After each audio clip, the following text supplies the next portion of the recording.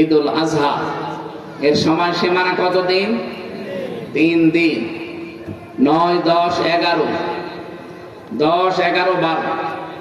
এই 3 দিনের ভেতরে যদি কারো সামর্থ্য থাকে, বাংলাদেশের টাকা অনুযায়ী এখন 1,74,500 টাকা, তার মানে 1,75,000। এই টাকাটা যদি এই 3 দিনের ভেতরে খেয়ে দিয়ে ঋণ পরিশোধ করার পরে কারো কাছে দেরি থাকে, অবশ্যই তাকে কোরবানি দেওয়া লাগবে। এটা ওয়াজিব, এটা একটা মত। আরো অনেকগুলো মত আছে, আমি ওদিকে গেলাম না। এটা যেহেতু আমাদের দেশে চলে, এই কারণে বললাম। রব্বুল আলামিন কোরবানি সংক্রান্ত বিষয়গুলো আজকে খোলাখুলি ভাবে আমরা বলার পরে কিছু শিখে যেতে চাই, যে আল্লাহ আমাদেরকে এরকম একটা সুযোগ করে দিলেন। আজকে এই ঈদুল আজহার কিছুদিন আগে খুশি হয়ে বলেন আলহামদুলিল্লাহ। হযরত আদম আলাইহিস সালামের কথাটা আল্লাহ আমাদেরকে শোনাতে চেয়েছেন।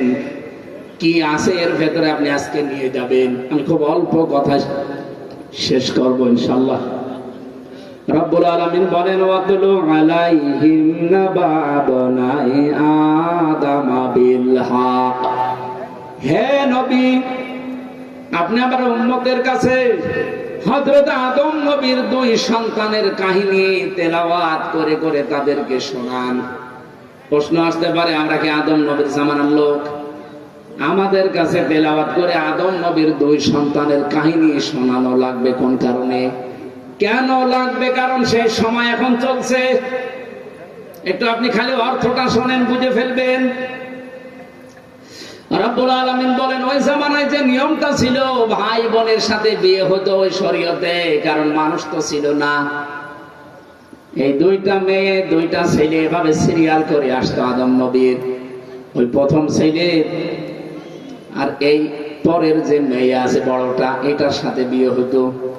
পরের যে 2 নাম্বার ছেলেটা, পরের যে 2 নাম্বার মেয়েটা, এর সাথে বিয়ে হতো। এটা শরীয়ত ছিল তাদের। আকলিমা আর তাসলিমা নামে যে মেয়েদের ঘটনা আমরা তাফসিরে পড়েছি হযরত আদম নবীর। হযরতে আদম নবীর 2 সন্তানের কাহিনী যেহেতু শোনাতে বললেন, বাংলাদেশের সাথে এই প্রেক্ষাপট মিলে যায়। কিভাবে মিলছে? হযরতে আদম নবীর 2 সন্তান ছিল, হাবিল আর কাবিল।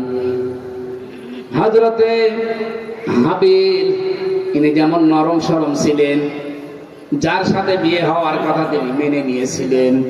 তো কাবিল তাকে শয়তান দখল করে নিয়েছে, তাকে ধোঁকা দিয়ে বোকা বানিয়ে বলেছে যে মুসলিমা আর আকলিমা, তাসলিমা আর আকলিমা।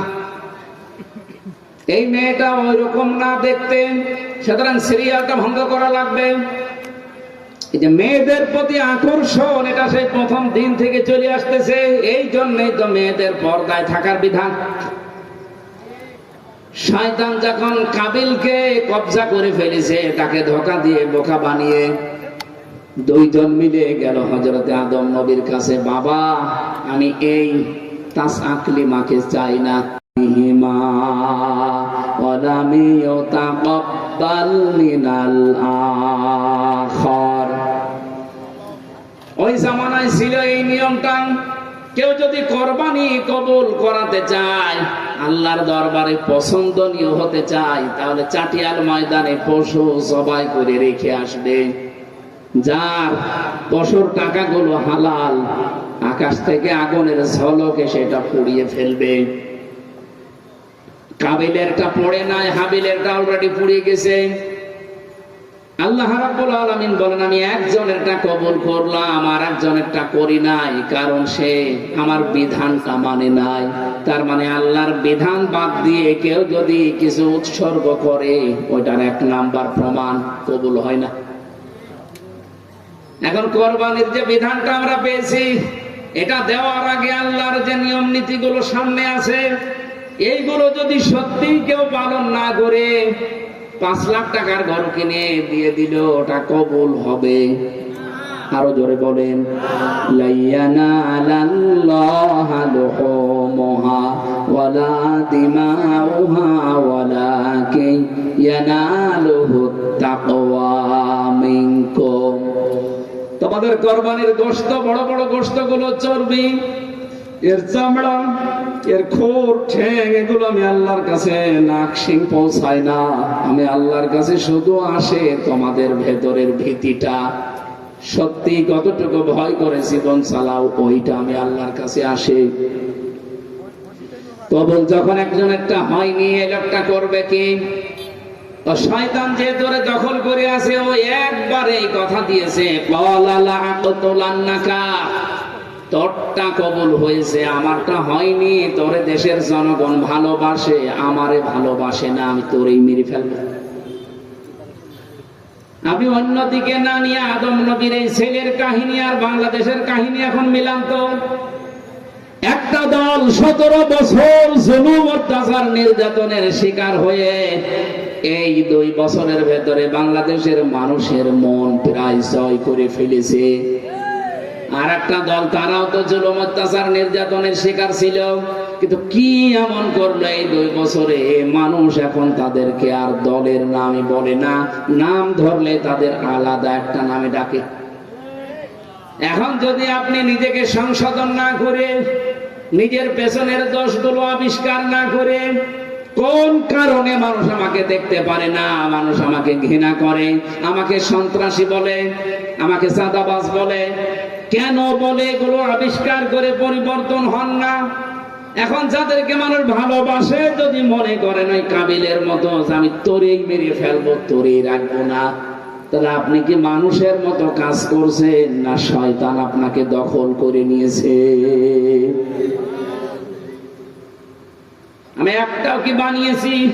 এটা বাস্তব 100 ভাগ মিলবে। আপনি একটু নিরপেক্ষ দৃষ্টি দিয়ে মিলান। আপনি স্বাভাবিক নেই, যারে যারে দেখলেই মারতে যান।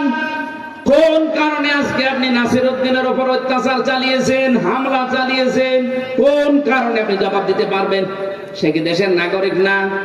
56,000 বর্গ মাইলে যেখানে ইচ্ছা সে যেতে পারবে, সংবিধান তাকে অনুমতি দিয়েছে। এই কথা বলছেন, আপনি করছেনটা কি? আমি তো কোরআনের এই আয়াতের ব্যাখ্যা পড়ে দেখতে পাচ্ছি আপনি স্বাভাবিক নেই, আপনাকে শয়তান ওই কাবিলের মতো দখল করে ফেলেছে। ও সাতক্ষীরাবাসী, এখন যদি বাড়িতে যান এই রাত 12টার সময়, সালাম দিলেন বউকে, আপনার বউ সালামের জবাব না দিয়ে যদি বলে শুয়োরের বাচ্চা, না ভালো লাগবে? খারাপ লাগবে? এই কথা বলেন না? না না, জ্ঞানী মানুষ হলো জীবনও আপনার খারাপ লাগার কথা না। যদি আপনার জ্ঞান থাকে, আপনি চিন্তা করবেন কি গো, এটা শিক্ষিতা বউ, এ ধার্মিক বংশের মেয়ে, উচ্চ বংশের মেয়ে, আমি বিয়ে করেছি আজ 20 বছর, কোনদিন আমার মুখের উপরে চোখ তুলে কথা বলে না, অথচ আজকে ভালো মনে করে সালাম দিলাম আর আমারে বলছে শুয়োরের বাচ্চা। তার মানে আর স্বাভাবিক নেই, এর জিনে ধরেছে। কথা বলে না কেন? এর অবশ্যই জিনে ধরেছে, নাই তো এরকম কথা বলা ওর দ্বারা সম্ভব না। আপনি যখন দেখছেন যে স্বাভাবিক বিষয়টা আপনি মানতে পারছেন না, আল্লাহর কসম আপনি মনে করবেন শয়তান আপনাকে দখল করে ফেলেছে। শয়তান আপনাকে জাহান্নামে নেওয়ার জন্য অলরেডি রওনা হয়ে গেছে। ও সাতক্ষীরাবাসী, এমনিতেই কোরআনের কারণে আপনাকে এই সারা বাংলাদেশের 64 জেলার ভেতরে আপনাদের এমনি বেশি ভালোবাসি আমরা, কারণ কোরআনের কারণে সবচাইতে বেশি জুলুম নির্যাতনের শিকার এই সাতক্ষীরার মানুষ। এই জন্য ভেতরে ভেতরে আপনাদের প্রতি মায়া আমাদের আছে। আপনি রাগ না করে নিজেকে একটু আয়াতের সাথে মিলান। কেন আয়াত তার আমি বানালাম না, এটা আল্লাহর বানানো আয়াত। 1500 বছর আগে নাজিল করে নবীজি পর্যন্ত শুনিয়েছেন তার উম্মতদেরকে। এখনো নবীর আমরা যারা ওয়ারিস আপনাদেরকে এইটাই শোনাচ্ছি। একটাও বানিয়ের ভেতরে বলি নাই যে শিক্ষাগুলো বলছে সব আমার পড়ে আসা। আমি যতগুলো তাফসীরের সাথে মিলিয়ে আমার মাথার ভেতরে ঢুকিয়েছি ওইটাই ডেলিভারি দিচ্ছি। কাবিল ওই সময় বলেছে তোর কারণে আমার কোরবানি কবুল হয়নি, তোর কারণে দেশের মানুষ আমারে দেখতে পারে না, এত ভালো হওয়ার দরকার কি? তুই এত ভালো ভালো কাজে আঞ্জাম দিস কোন কারণে? তোরই মেরে ফেলবো, তাহলে তার কাজে করতে পারবি না। আল্লাহ পাক বলে ক্বালা ইন্নামা ইয়াতাকাব্বালুল্লাহু মিনাল মুত্তাকিন। এটা কাবিলের কথা, এটা হযরতে হাবিলের কথা, কাবিলের না। কলা, কাবিল বলল ইন্নামা। আমি একটু আগে মনে হয় 20 মিনিট আগেই বলেছি, ইন্নার পরে মা যুক্ত হলে বাংলা অর্থ কি দাঁড়ায়? না, এ কোন জায়গায় বাস করছে? এখনই যদি 20 মিনিট এটা ভুলে যান, বাড়ি যেয়ে তো সব খেয়ে ফেলবেন। এটা আমি পড়েছিলাম সেই যখন হেদায়েতের নাহু পড়ি, ওই 2000 সালে হবে। সেই পড়া আমার এখনো মনে আছে। আর আপনি 24 মিনিটের কথা মনে থাকছে না? মানে ইন্না বা আন্নার পরে এটা সারা জীবন মনে রাখবেন। কোরআন এরকম হাজারো বার আছে, একটা জানলে আপনার সারা জীবন সব জায়গায় মিলাতে পারবেন। ইন্না বা আন্নার পরে যদি মা আসে, বাংলা অর্থ দাঁড়ায় একমাত্র, কেবলমাত্র, শুধুমাত্র, হবেই হবে, এইটাই, এটাই।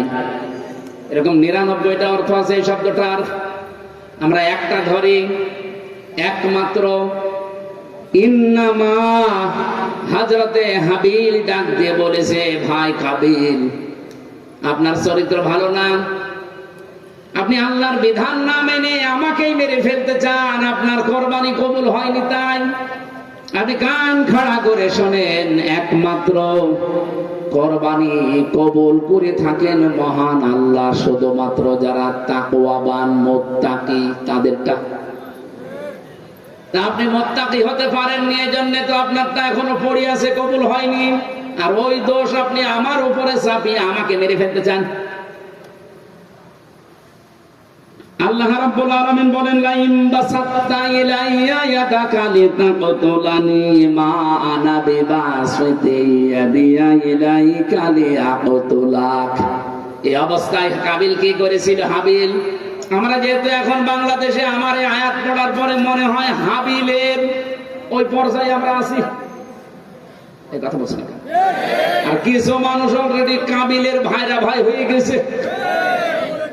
আমরা এই কাবিলদেরকে বলতে চাই, লাইম বাসাত্তা ইলাইয়া ইয়াদাকা, যদি আপনার হাত আপনি প্রসারিত করেন, আপনার অস্ত্র আপনি তোলেন, আপনার ক্ষমতাকে আপনি ব্যবহার করেন আমাকে মেরে ফেলার জন্য, আমার দিকে অগ্রসর হওয়ার জন্য, আল্লাহ পাক বলেন কাবিল যেটা, হাবিল যেটা বলেছিল, তোমাদেরকে আমি আদেশ দিলাম তোমরা ওইটা বলবা। যেহেতু দুনিয়াটা থাকার জায়গা না, এই জন্য আমি নিজে থেকেই বলছি আপনারাও করবেন। যদি আপনি আমাকে মেরেও ফেলতে চান, আমার ক্ষতি করতে চান, মিথ্যা মামলা দিতে চান, অতর্কিত হামলা করে আমার জীবন নাশ করতে চান, আমি কিন্তু আপনার দিকে হাত বাড়াবো না। ইন্নী আখাফুল্লাহ রাব্বাল আলামিন, অবশ্যই আমি ভয় করি মহান রব্বুল ইজ্জাত ওয়াল জালালকে। এরপরে আপনাদের সান্ত্বনার বাণী একটা শোনাতে চাই, যেহেতু সাতক্ষীরা এটা বেশি হবে আগামীতে আরো। ওই যে কাবিলের ভাঙরা ভাইরা ভাই তো এখনো আছে। ইন্নী উরিদু আন তাদু আবি ইসমি ওয়াল ইসমিকা ফাতাকুনা মিন আসহাবিন নার ওয়া যালিকা জাযাউজ জালিমিন। রব্বুল আলামিন বলেন, কাবিল হাবিল ওই দিন বলেছিল, ভাই আপনি যদি সত্যি ইচ্ছা করে এগুলো আমার সাথে করেন, পরিবারে, সমাজে, রাষ্ট্রে, আন্তর্জাতিক মহলে আমাদেরকে যদি শুধু কালার করতে চান, এ বাংলাদেশে বহু হাবিলকে আজ আমরা দেখতে পাচ্ছি। হাবিল হয়তো নেই কিন্তু তার প্রেতাত্মা আছে, কাবিল হয়তো নেই কিন্তু কাবিলের প্রেতাত্মা আছে।